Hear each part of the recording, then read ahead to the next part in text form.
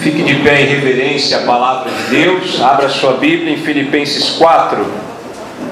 Nós caminhamos para o final da exposição em Filipenses.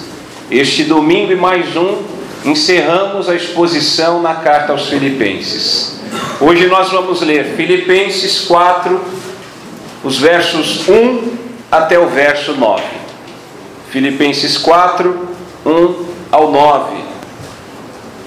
Diz assim a palavra do Senhor: Portanto, meus irmãos, amados e muito saudosos, minha alegria e coroa, sim, amados, permanecei deste modo firmes no Senhor. Rogo a Evode e rogo a Sintique que pensem concordemente no Senhor. A ti, fiel companheiro de jugo, também peço que as auxilies, pois juntas se esforçaram comigo no Evangelho, também com Clemente e com os demais cooperadores meus, cujos nomes se encontram no livro da vida. Alegrai-vos sempre no Senhor. Outra vez digo, alegrai-vos. Seja a vossa moderação conhecida de todos os homens, perto está o Senhor. Não andeis ansiosos de coisa alguma, em tudo, porém, sejam conhecidas diante de Deus as vossas petições pela oração e pela súplica, com ações de graças. E a paz de Deus, que excede todo o entendimento, guardará o vosso coração e a vossa mente em Cristo Jesus. Finalmente, irmãos, tudo que é verdadeiro, tudo que é respeitável, tudo que é justo, tudo que é puro, tudo que é amável, tudo que é de boa fama, se alguma virtude há e se algum louvor existe, seja isso o que ocupe o vosso pensamento. O que também aprendestes e recebestes e ouvistes e vistes em mim, isso praticai. E o Deus da paz será convosco. Amém? Pode se assentar. O título de nossa mensagem nesta noite: guardando o coração, olhando para a eternidade. Guardando o coração, olhando para a eternidade. Fazendo uma breve menção à circunstância em que Paulo, autor dessa carta, estava. Para você que não se recorda, Paulo estava preso em Roma. Estava numa prisão domiciliar. Ele havia apelado a César, ao imperador Nero, e aguardava a sua sentença, e possivelmente ele seria morto. E veja que nós conhecemos a carta aos Filipenses como a carta da alegria. Paulo estava com o coração transbordando de alegria, ainda ciente de que poderia ser condenado à pena de morte. Porque a alegria de Paulo, como a alegria do verdadeiro Filho de Deus, não deve estar vinculada às circunstâncias da vida. Paulo sabia que a sua alegria não dependia das situações em que ele estava inserido, mas a sua alegria estava no Senhor Jesus. E por isso, mesmo encarcerado, algemado a um pretoriano, um guarda romano, sabendo que poderia ser condenado à morte, ele ainda tinha alegria no coração. Ele tinha esperança, ele tinha promessas de Deus, ele tinha uma palavra de fé, de vida, e por isso ele não desanimava. E nós vimos então, no capítulo 3, no domingo passado, Paulo exortando, encorajando a igreja quanto à alegria cristã, a alegria do Senhor. Ele trouxe o aviso, o alerta tríplice contra os falsos mestres, e ele ainda falou sobre os inimigos da cruz. E ele encerra o capítulo 3 da carta aos Filipenses, tratando a respeito da vocação de Deus, dessa soberana vocação. E assim ele inicia o capítulo 4, lembrando que capítulos e versículos não são inspirados. Homens de Deus colocaram capítulos e versículos para facilitar o estudo da palavra de Deus. Mas aqui no capítulo 4, ele inicia dizendo: Portanto, meus irmãos, amados e muito saudosos. Paulo escrevia aos Filipenses, a igreja de Filipos, igreja a qual ele nutria, ele cultivava um amor muito grande. Os filipenses tinham um lugar especial no coração do apóstolo Paulo. E é nesta carta que ele tantas vezes demonstrou isso de maneira tão expressiva. Meus irmãos, amados e muito saudosos, Paulo mais uma vez reitera o amor que tinha pelos filipenses. E ele demonstrava que estava com saudades daqueles homens, daquelas mulheres. Relembrando que ele estava a mais de 1.200 quilômetros de distância de Filipos. Era uma aproximada distância entre Filipos e Roma. E mais de 10 anos, aproximadamente 10 anos, que ele não via os crentes em Filipos. E veja que ainda assim Paulo escreve essa carta transbordando, deixando transparecer todo o amor que ele cultivava pelos filipenses. E ele sentia saudades de seus irmãos da igreja de Filipe. E veja que ele diz ainda, minha alegria e coroa, ainda estou no verso 1. Possivelmente o apóstolo Paulo estava se recordando da volta de Cristo, da segunda volta de Cristo, quando Jesus virá não mais como nosso advogado, como nosso salvador, mas virá como o justo juiz. E Paulo, ele olhava para aquele aspecto do futuro, nessa perspectiva futura escatológica dos fins dos tempos, e ele podia dizer em seu coração, na sua mente, que ele tinha alegria nos filipenses. Ele entendia que os crentes de Filipos, da igreja de Filipos, é como se fosse a coroa da vitória dele. Coroa aqui na palavra do grego, que foi traduzido como coroa, diz respeito àquela grinalda de louros que os atletas obtinham quando eles tinham a vitória na sua competição. Então, para o apóstolo Paulo, os filipenses eram uma coroa, era a taça, o troféu de sua vitória, do seu esforço na contribuição do progresso do Evangelho.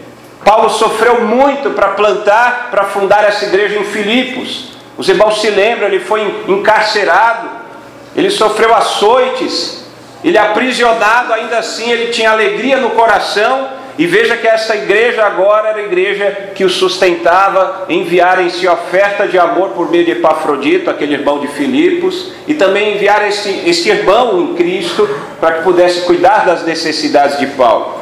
Então Paulo via os filipenses, os irmãos de Filipos, como a sua coroa, como o seu troféu, por conta de todo o empenho, todo o esforço que ele dedicou para pregar a Cristo no meio dos filipenses. Sim, amados, permanecei, ele continua dizendo, permanecei deste modo firmes no Senhor. Nós vamos aprender nesses 9 versículos 5 aspectos importantes, importantíssimos da igreja de Cristo, na vida cristã, na experiência cristã. O primeiro aspecto nós vemos no primeiro verso, é a firmeza. O segundo aspecto nós vemos no segundo verso, é a harmonia. O terceiro aspecto importante para a experiência, para a vida cristã, é exatamente a alegria, verso 4. O quarto aspecto importante para a vida cristã, para a experiência cristã, é a moderação, que se encontra lá no verso 5. E finalmente, outro aspecto também de suprema importância para a vida cristã, é a paz, que se encontra lá nos versos 7 e 9. Então Paulo ele encoraja os filipenses, permanecei firmes no Senhor. Deste modo, portanto, ele está fazendo menção àquilo que ele havia falado outrora, anteriormente. E ele está dizendo então que os crentes de Filipos deveriam permanecer firmes no Senhor. Paulo está incentivando e encorajando a igreja de Filipos a confiarem no Senhor, independente das circunstâncias. Porque os filipenses, nós lembramos que Filipos era uma colônia romana, era uma mini Roma, e eles sofriam perseguições por conta da fé cristã, eles sofriam com a intolerância religiosa, e Paulo encoraja, ele prisioneiro de Cristo, Paulo encoraja os filipenses a permanecerem firmes no Senhor, a confiarem no Senhor. Por quê? Ele se apoia, essa firmeza se apoia em algumas coisas que ele falou nos versículos anteriores no capítulo 3. Se apoia no fato que a esperança do cristão não está nas coisas deste mundo. A nossa vida terrena, ela é passageira, ela é frágil. Um dia estamos vivos, no outro dia talvez não estejamos mais. Nós temos uma certeza nessa vida de que um dia nós vamos morrer. Paulo não se apegava às coisas desta vida terrena. E por isso ele tinha esperança. E tinha esperança em quem? Em Jesus Cristo. Lá no verso 20 do capítulo 3 ele fala que a pátria dele está nos céus. Nós, como cristãos, filhos de Deus, nós temos dupla cidadania, pelo menos. Nós somos sim cidadãos aqui, nós somos brasileiros, mas nós também temos cidadania celestial. Você que é filho de Deus, é filha de Deus, você tem o nome escrito no livro da vida. Então a sua pátria é nos lugares celestiais. E Paulo então ele olhava para este aspecto. A esperança dele não estava nas pessoas deste mundo. A esperança dele não estava nas circunstâncias, nas situações da vida. A esperança de Paulo, assim como a nossa esperança como filhos de Deus, está em Cristo Jesus. Nós sabemos que um dia Jesus vai nos buscar. Nós não vamos passar a eternidade aqui nesta terra, nessa circunstância de dificuldades, de dores, de problemas. Todo ser humano passa por aflições, passa por dificuldades, seja você crente ou não. Você está sujeito às dificuldades da vida, porque o mundo jaz no maligno. Não foi o projeto original de Deus, Deus fez tudo perfeito, mas entrou o pecado no mundo e o pecado então afetou todo o universo, quebrou toda a harmonia que existia na obra da criação de Deus. Mas o próprio Deus, ele não foi pego de surpresa. Ele já sabia de todas as coisas, ele é Deus, ele é soberano, ele está no controle de todas as circunstâncias. E Deus já havia preparado um plano de redenção para a restauração daquele paraíso perdido. Deus havia de enviar o seu Filho Jesus Cristo. E ele, sendo Filho de Deus, veio como homem para pregar a palavra de Deus, para ensinar o caminho santo, o caminho de obediência, para mostrar a vontade de Deus para a humanidade.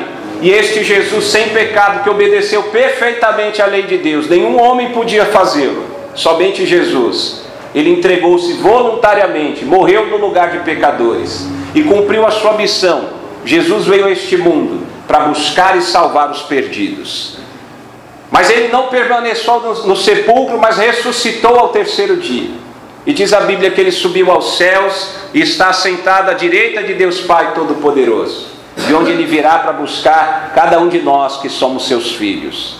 E ele também virá para julgar vivos e mortos. Nós temos esperança, irmãos. Nós, filhos de Deus. Tem dificuldades? Tem. O chicote está estalando? Tá. Às vezes é dificuldade financeira, às vezes é o problema emocional, às vezes é um problema espiritual. Mas nós temos esperança. E a nossa esperança, o nosso porto seguro não está nessa terra, nessa vida. Isso aqui passa 70, 80, 90, 100 anos. Poucos chegam a 100 anos.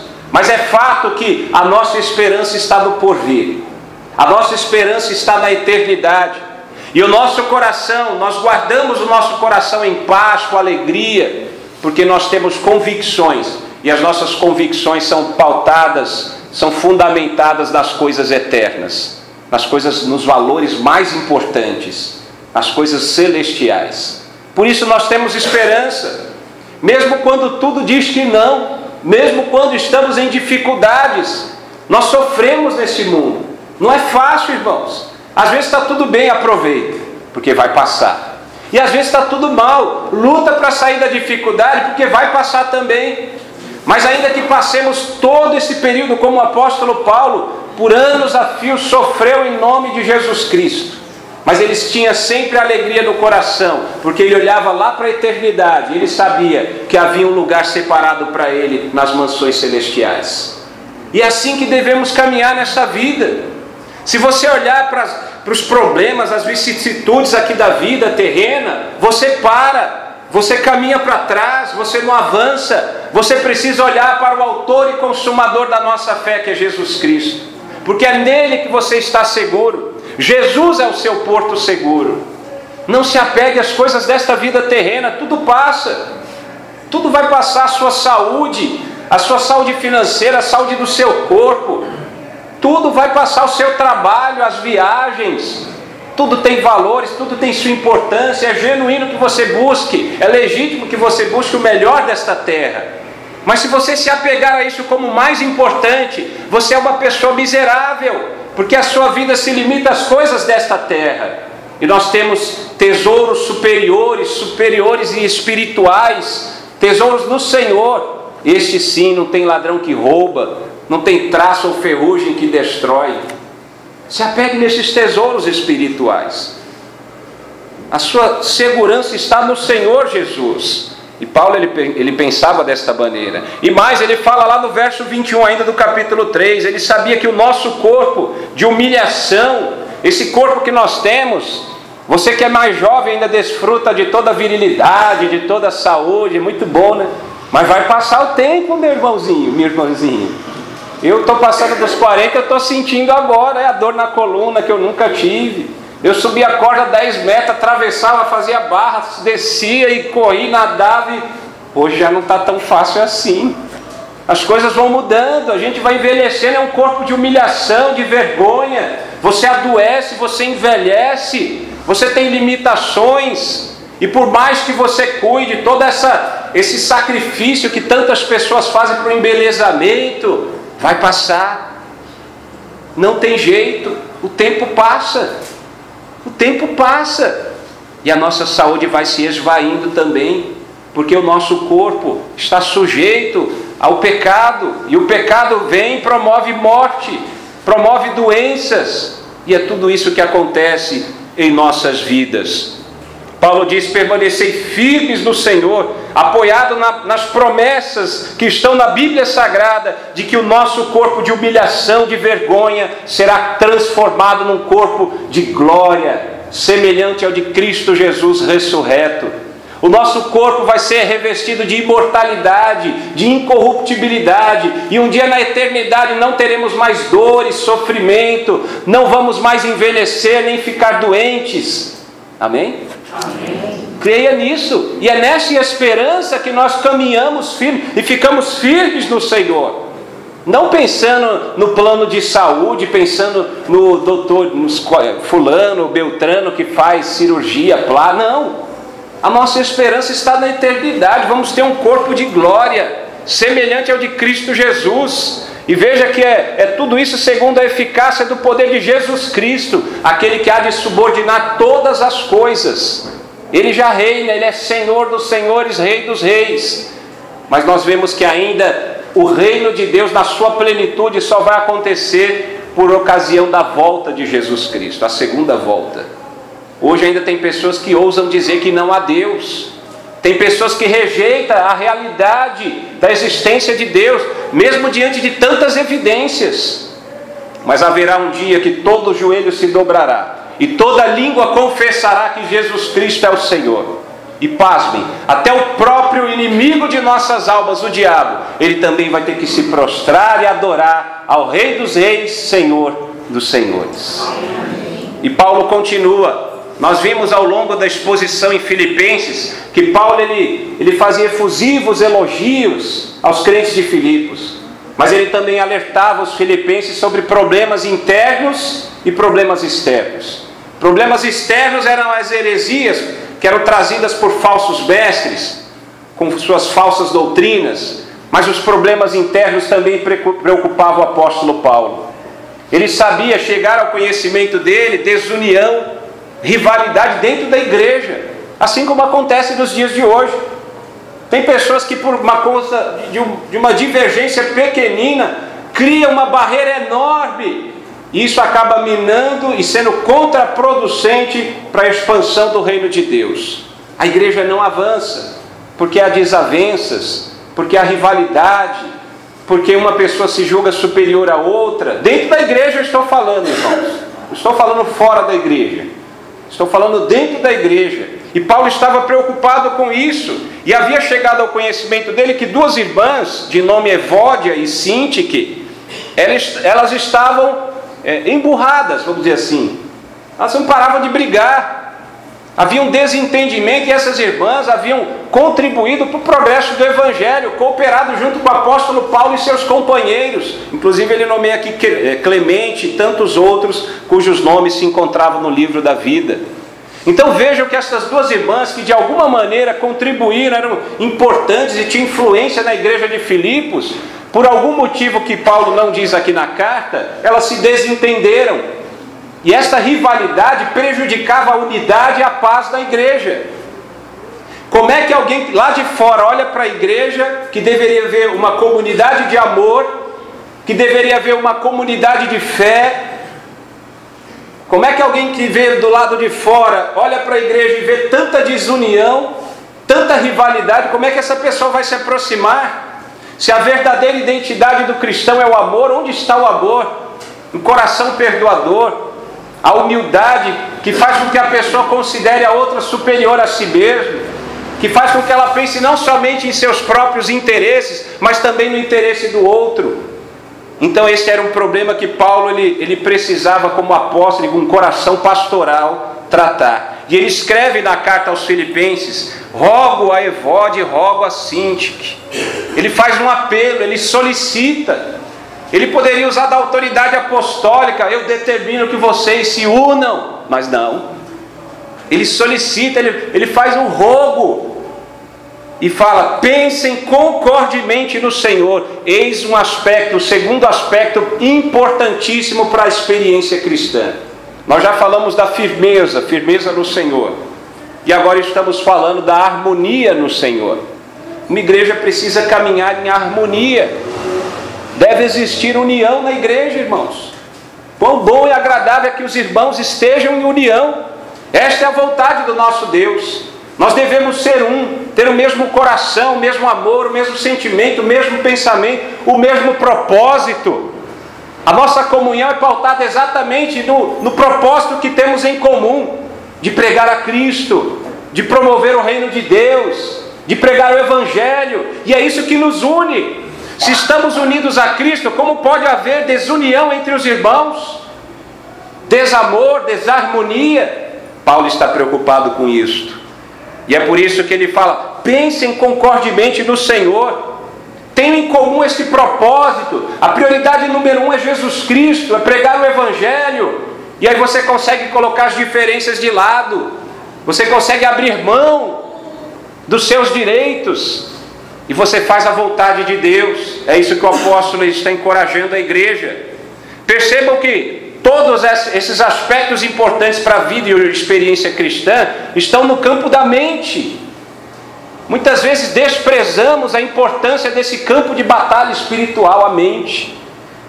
Às vezes nós ligamos a televisão, não é mais assim, né? Agora é com botão. Estou ficando velho mesmo. Então você liga lá a TV e você não se importa com o que você coloca diante dos seus olhos. Eu cansei de ouvir de boca de irmãos e irmãs: pastor, o que eu assisto não vai me influenciar. O que eu leio, o que eu escuto, isso não vai me influenciar. Meu irmão, tome cuidado. Tome cuidado, porque você pode sofrer com esse laço. É um engano, não seja inocente. O inimigo de nossas almas e esse mundo que jaz no maligno, ele vai usar exatamente aquilo que você diz que não pode te influenciar. Daí a importância de você ser cauteloso e zeloso com aquilo que você vai colocar na sua mente, aquilo que você assiste, que você vê, que você lê, que você ouve. E não é assim que a sociedade brasileira e a sociedade no mundo tem sido transformada, seus valores, seus costumes. Não é por meio da programação, principalmente da televisão. Eu sei que aqui ninguém assiste novela. Por favor, não se entregue. Mas as novelas são meio usado pelo inimigo de nossas almas. Eu não estou falando que são pessoas possessas. Não, eu estou falando que são pessoas sem Deus, que promovem valores que são contrários aos valores da Bíblia Sagrada.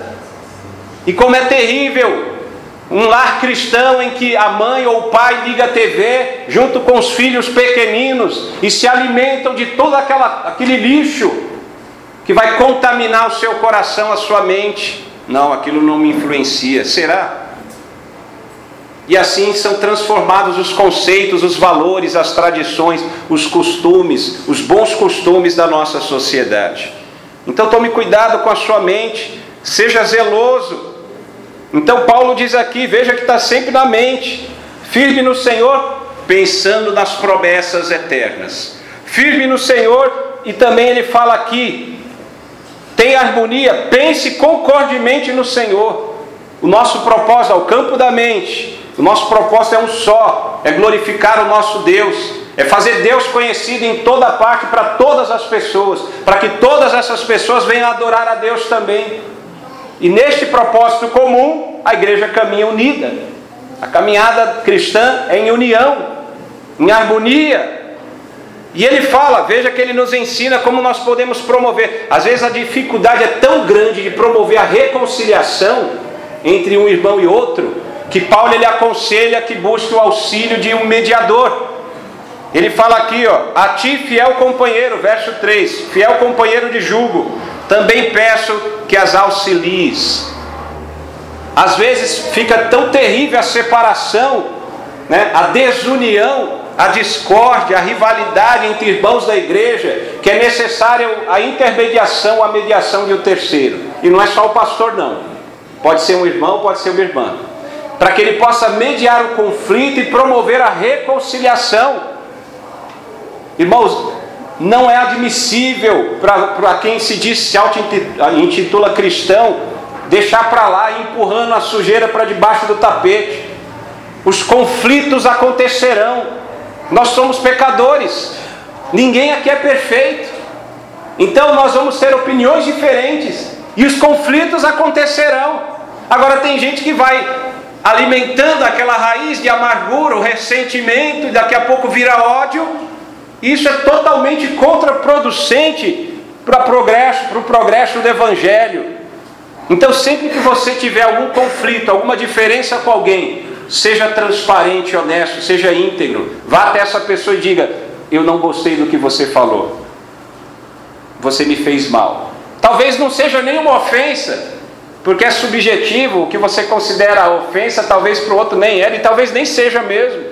Você foi sensível demais. Mas se aquilo te fez mal, vai até essa pessoa e com espírito de brandura, em amor, você a confronte. Olha, eu não gostei, irmão, irmã, do que você falou para mim, ou do que você disse sobre mim. Eu queria acertar isso daí. O que você quis dizer? E acerte a sua vida com essa pessoa.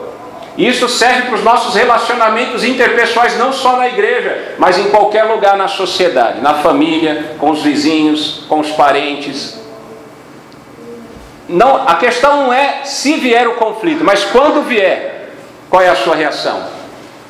Você deixa para lá e vai alimentando sentimentos condenáveis? Ou você confronta em amor com espírito de brandura?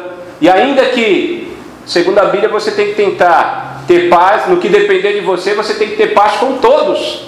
Mas se não for possível, pelo menos você tentou a reconciliação. Porque o nosso Deus, Ele nos levanta para o ministério de reconciliação, não de um ministério de desarmonia. E assim Paulo orientou, por meio desta carta, os crentes em Filipos.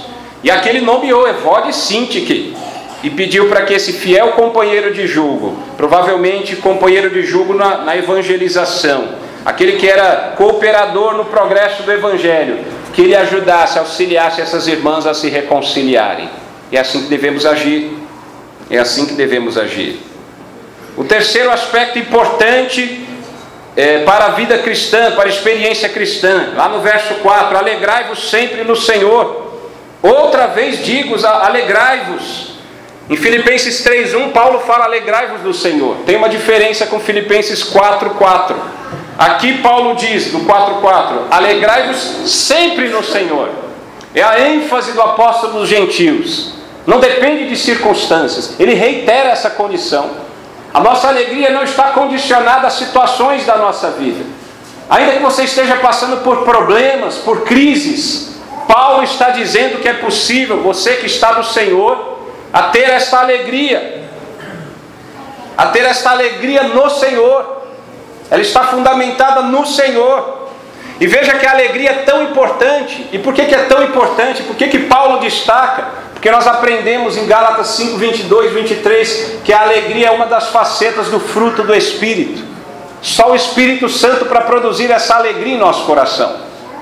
Percebam que não é uma alegria, um tipo de sentimento superficial, passageiro, não. É a alegria, uma alegria sobrenatural que vem de Deus. Então quando você não se sente alegre, primeiro, você está pecando. Nós pecamos quando não estamos alegres. Se nós estamos em Cristo, nós devemos ser alegres. Não sentimento, mas a alegria que vem do Senhor. Então o que nós devemos fazer? Pedir perdão e clamar a Deus por esta alegria em nossos corações. Se você tem o Espírito Santo, o Espírito de Cristo, você pode clamar a Deus pedindo: Senhor, eu estou triste, anima a minha vida, refrigera a minha alma e me dá alegria no Senhor. E eu creio que é promessa de Deus. Ele pode dar esta alegria para nós, independente das circunstâncias. Independente das circunstâncias. E veja como ele reitera, outra vez digo, alegrai-vos. Esta é a exortação, o encorajamento, o incentivo que Paulo dá à igreja. Alegrai-vos sempre no Senhor. Independente do que esteja acontecendo na sua vida, alegrai-vos sempre no Senhor. E Paulo então trata agora de um outro aspecto importante para a experiência. Lá no verso 5 ele fala da moderação.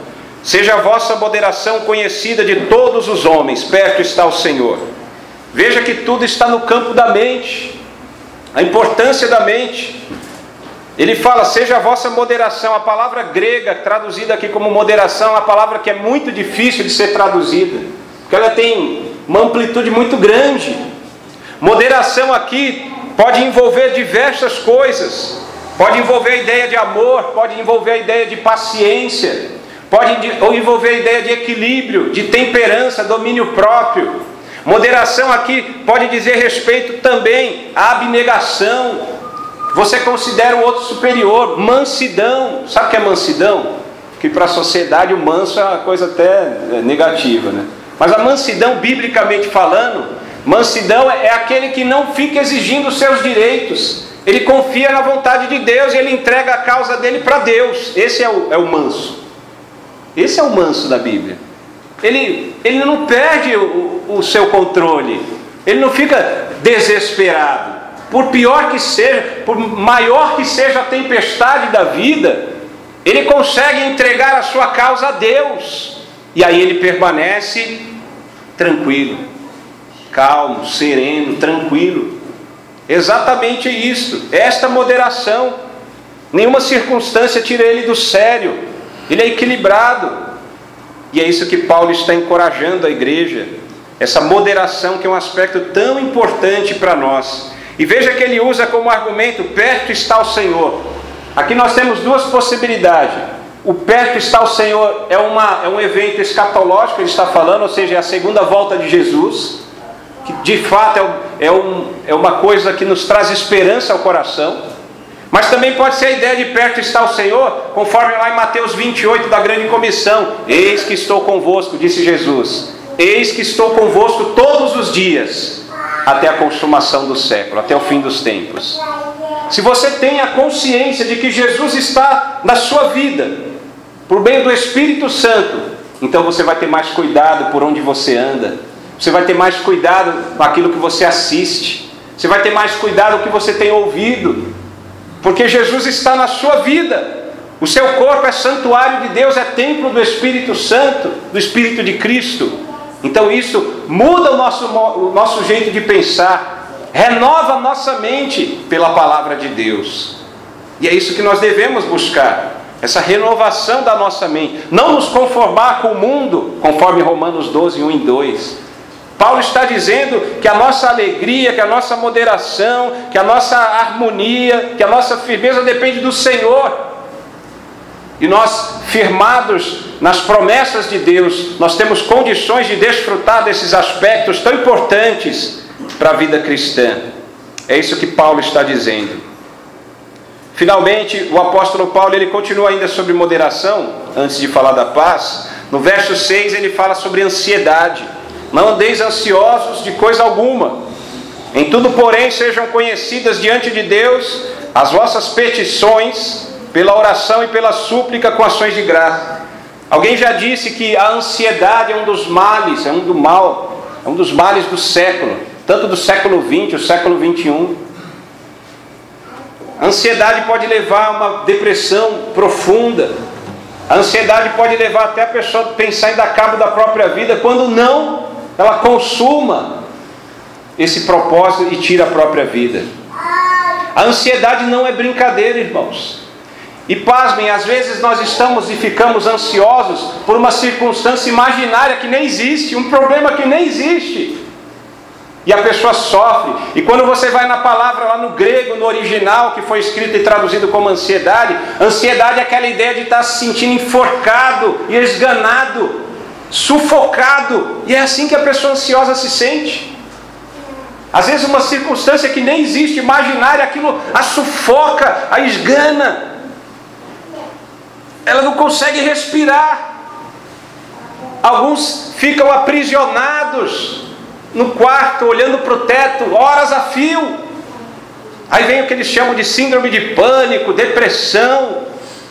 Alguns procuram a medicação e de fato há distúrbios, problemas orgânicos que exigem um tratamento médico.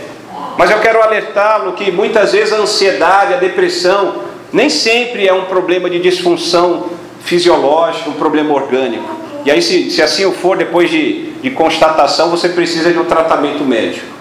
Mas muitas vezes a ansiedade demonstra, expressa a nossa falta de confiança em Deus. Não estou falando que é todas as circunstâncias. Tem pessoas que têm distúrbios do organismo e precisam de medicação. Na igreja anterior onde eu congregava, um amado irmão sofria de uma depressão profunda e tomava medicação, com diagnóstico, prognóstico e psiquiatra. E naquele período festivo do final do ano, ele não tomou o remédio. Em dezembro, pulou do 8º andar do prédio. Então há circunstâncias que a pessoa de fato precisa de um acompanhamento médico. Mas eu quero alertá-los que tem médicos que por qualquer coisa já receitam medicamento, e isso é errado. Assim como tem pessoas, nós vivemos numa sociedade imediatista. As pessoas elas querem uma solução imediata, para ontem. E as pessoas não aceitam sofrer. E eu já tenho ensinado aqui a vocês que, segundo a Bíblia Sagrada, uma das disciplinas da escola de Deus é o sofrimento. No pain, no gain, não é assim que diz o marombeiro? Se não tem sofrimento, se não tem dor, não tem crescimento. E às vezes, para crescer espiritualmente, Deus vai te colocar num deserto. Deus vai te colocar no meio do sofrimento. E é por meio do sofrimento que Ele vai te aperfeiçoar. E você vai aprender que você é nada e que você deve depender absolutamente de Deus. Mesmo antes de você consultar o médico, dobre os seus joelhos e clame ao Senhor, porque é Deus que usa os médicos, é Deus que usa a medicina. Ele pode te curar instantaneamente, mas eventualmente Ele pode usar o médico, o remédio. Então a ansiedade, eu quero retomar aqui o nosso assunto para não nos perder. A ansiedade ela pode sim ser resultado de um problema orgânico. E aí eu recomendo que você procure um médico, porque ele estudou para isso, ele vai te passar um remédio, um psiquiatra. Agora o problema é que boa parte daqueles que são ansiosos são pessoas egoístas. E o egoísmo é característica da nossa natureza humana. São pessoas que ficam ansiosas porque elas querem do jeito delas e na hora que elas querem. E aquilo traz a ansiedade, ela se sente sufocada e aquilo vai começar a dar os reflexos no seu corpo. É a somatização. Então vai ter problema na pele, úlcera, gastrite, dor de cabeça. E não é um problema orgânico inicialmente, mas era um problema emocional e espiritual. A pessoa não confia em Deus. A pessoa é escrava do tempo. A pessoa não aproveita, não tem satisfação e prazer no Senhor. A pessoa ela quer sempre o melhor, segundo a concepção dela. Ela não se agrada e não tem satisfação em Deus. Sabe, irmãos, a religiosidade, se ela for vazia, se for um ritualismo, cerimonialismo, é uma religião morta. A verdadeira religião é uma comunhão com Cristo Jesus, é um relacionamento de profundidade com Deus, é intimidade com Deus. E aí, independente do que acontece na sua vida, você vai ter satisfação plena no Senhor. É aí que vem a alegria. É nessa comunhão com Deus. Eu não estou falando que é fácil, às vezes é difícil. Às vezes é difícil, muitas vezes é difícil. Somente o Espírito Santo para nos transformar desta maneira. Então Paulo está dizendo aqui, ele vai dar um remédio, um ansiolítico poderoso. E não é Rivotril não. O remédio que o apóstolo Paulo dá aqui para ansiedade, para depressão é a oração. Tem gente que já apela logo para o Rivotril ou para qualquer outro ansiolítico. Não. O apóstolo Paulo fala, vai orar, crente. Apresente seus problemas para Deus. Dobre os joelhos e clame ao Senhor. Deus, eu estou desesperado, eu estou aflito, eu estou angustiado. Então pede para Deus. Você tem livre acesso ao trono da graça, mas você primeiro quer falar com o homem. Não tem problema buscar médicos. Mas primeiro busque a Deus. Você vai se surpreender. Porque quando você tiver experiências, e eu desafio em nome de Jesus, se você é crente, é filho de Deus, você precisa ter experiências com Deus. Não olha para mim não. Olha para Jesus. Não olha para o teu irmão do seu lado. Olha para Jesus. Eu já tive as minhas experiências e creio que terei outras experiências com Deus. Você também pode e deve ter experiências com Deus. Se você tem intimidade com Deus, você vai ver a manifestação do poder de Deus na sua vida.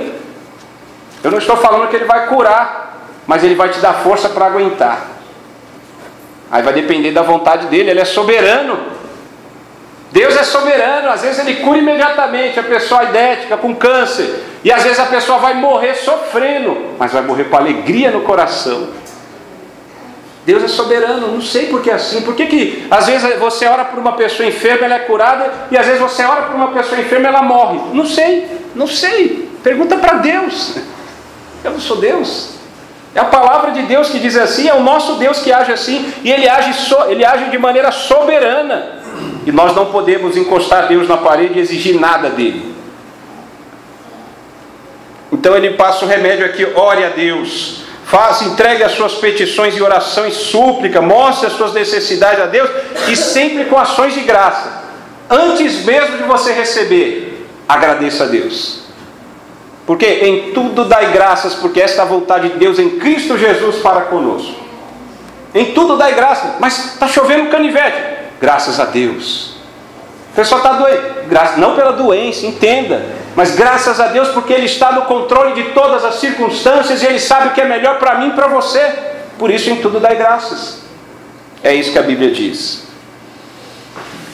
Não andeis ansiosos de coisa alguma. E veja que lá no verso 7 ele fala finalmente da paz, que é esse quinto aspecto importante para a experiência cristã. A paz de Deus, que excede todo entendimento, guardará o vosso coração e a vossa mente em Cristo Jesus. O título da mensagem é Guardando o Coração, Olhando para a Eternidade. Eu preciso explicar a você o que é esse coração. Vai depender na Bíblia do contexto para você entender o que é o coração. O coração aqui que eu falo é a mente. É a mente, nossos pensamentos. É o nosso centro diretor. É onde você tem vontade, inteligência, emoções, sentimentos, desejo, consciência de si mesmo e consciência do mundo. Esse é o coração que a Bíblia está falando nesse contexto. Paulo está dizendo aqui, a paz de Deus, que excede todo entendimento, guardará o vosso coração e a vossa mente em Cristo Jesus. Esta paz de Deus é diferente da paz com Deus. Você que já é filho de Deus, foi lavado e remido no sangue de Jesus, já tem o seu nome escrito no livro da vida, você tem paz com Deus. As pessoas sem Cristo, elas estão em guerra com Deus, e a ira de Deus está sobre elas. E se elas partirem desta vida sem Cristo, vão padecer a eternidade em sofrimento e dor. Mas você que já se arrependeu de seus pecados e confia em Jesus como seu único e suficiente Senhor e Salvador, você tem paz com Deus, você recebeu o perdão de Deus, você foi justificado pela fé em Jesus Cristo. Você não precisou fazer nada, simplesmente Deus te deu vida espiritual, é um dom. Você pode ser a melhor pessoa do mundo, as melhores boas obras, nada disso vai ser suficiente para salvar a sua vida. Agora quando Deus vai lá e te dá vida espiritual, você é batizado do Espírito, você recebe o Espírito Santo de Deus, aí você tem vida, e vida eterna, vida abundante. E aí você tem paz com Deus. Aqui Paulo não está falando da paz com Deus. Tem gente que tem paz com Deus, mas não tem a paz de Deus. Você conhece algum crente assim? Desesperado, aflito, ansioso, perturbado, ranzinza? É a pessoa que tem paz com Deus. Eu não duvido da salvação dela, mas ainda não desfruta, não usufrui da paz de Deus, que é uma tranquilidade interior inexplicável. Eu pude testemunhar já em leito de morte o falecimento da mãe de um colega, estágio terminal de câncer, todos ao redor dela sofrendo, em prantos, mas ela transmitia, ela que sofria tanto, Nem a morfina fazia mais efeito, ela transmitia paz.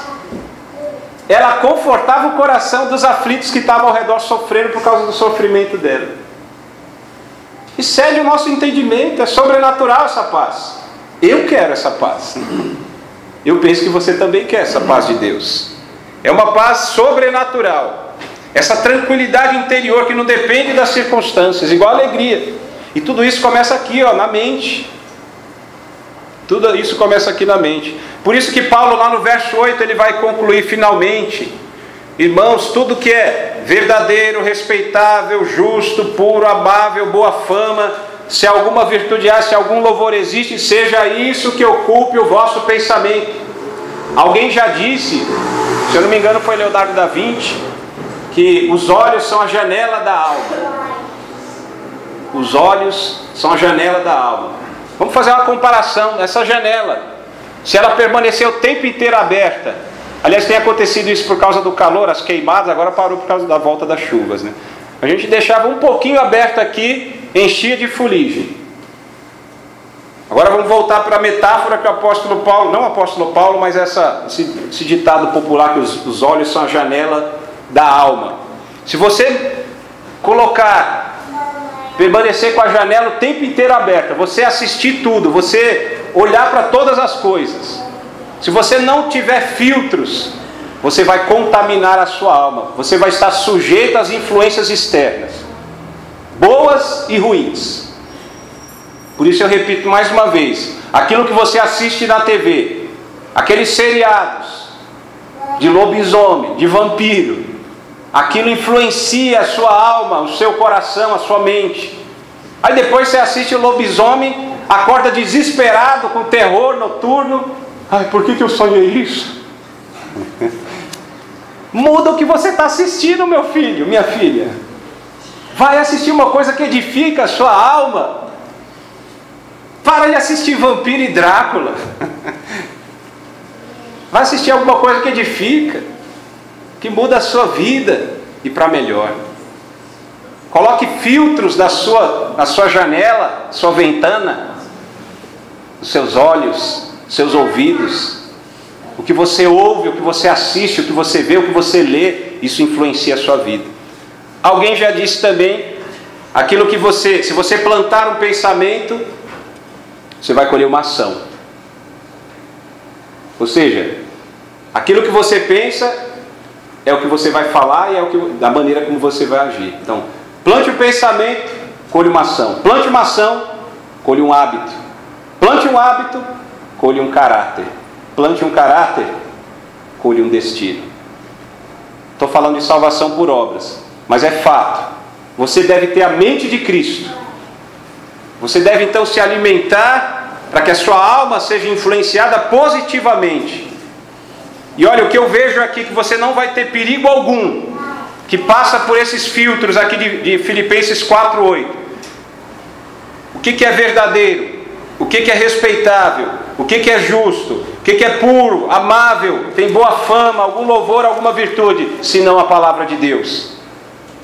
A palavra de Deus passa por esses filtros. Então assista filmes que edificam, seriados que edificam. Evite programação que vai trazer a sujeira para a sua alma e o seu coração. Paulo está falando sobre isso. Veja que aquilo que você alimenta a sua mente é a maneira como você vai ser. E algo me deixa perplexo e preocupado na nossa vida cristã. Não só como pastor, mas como cristão. Nós temos 7 dias na semana. Eu já fiz essas contas com os meus filhos, só que eu não vou lembrar de cabeça. Depois faça essa experiência para você mesmo. Você fala que é filho de Deus, é filha de Deus. Então você vem aqui aos domingos. Agora faça o somatório. O dia tem 24 horas. Na semana vai ter 24 vezes 7. E depois distribua, coloca paralelo o tempo que você dedica à palavra de Deus, às orações e qualquer meios da graça, de graça, ou seja, para você se aproximar de Deus, e o tempo que você se dedica às coisas deste mundo. Você vai se surpreender. E aí você vai entender muitas coisas, porque você tem dificuldade para perdoar, porque você tem dificuldade para suportar o seu pastor, por que você tem dificuldade para caminhar junto com o seu irmão, você vai entender. É só você fazer as contas. Quanto tempo você dedica à palavra de Deus, às coisas de Deus, às coisas espirituais, aquilo que é de maior valor, de maior relevância e importância, e o tempo que você dedica às coisas secundárias, às coisas passageiras deste mundo. Aí você vai entender porque sua vida é do jeito que é. Verso 9, então, o apóstolo Paulo encerra dizendo: eu gostaria de ter essa autoridade que ele fala. O que também aprendestes e recebestes e ouvistes e vistes em mim. Olha só que autoridade, hein?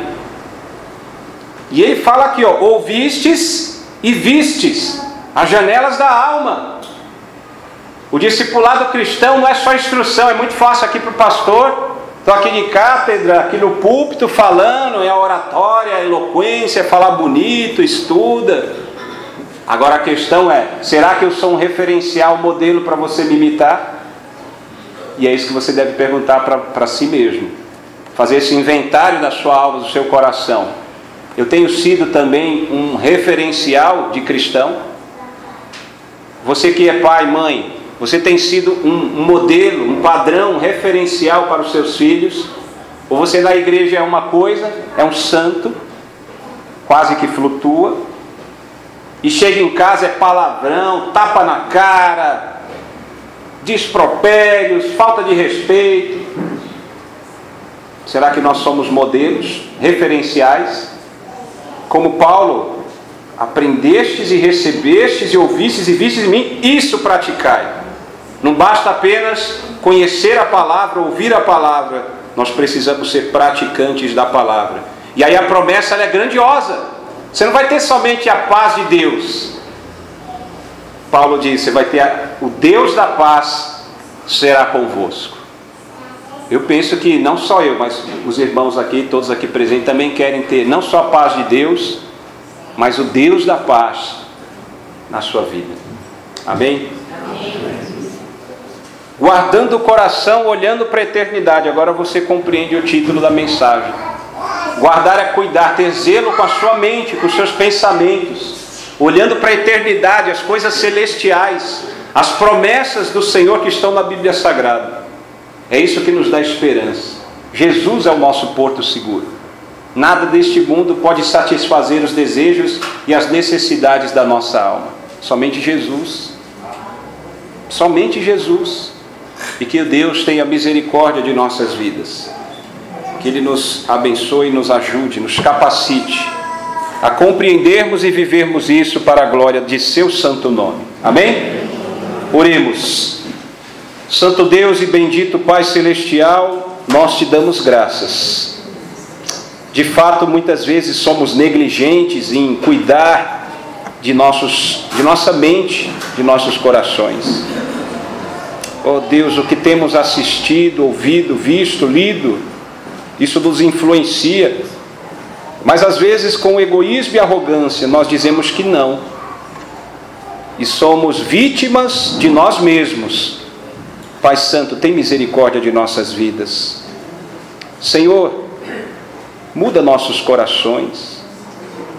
Tua palavra diz, e nós nos agarramos nesta promessa, quando nós cremos em Jesus, o Senhor arrancou o coração de pedra e deu um coração de carne. Um coração disposto a buscar as coisas de Deus, as coisas espirituais. Ó Deus, que isso seja uma realidade em nossas vidas. Que busquemos as coisas do alto e não só as coisas deste mundo. Embora seja legítimo e genuíno buscar um bom emprego, uma faculdade, uma boa formação, constituir uma família bela, embora seja interessante a gente procurar o melhor, um carro, uma boa casa, Senhor, mas tudo isso é secundário, se não estivermos firmes na presença do Senhor.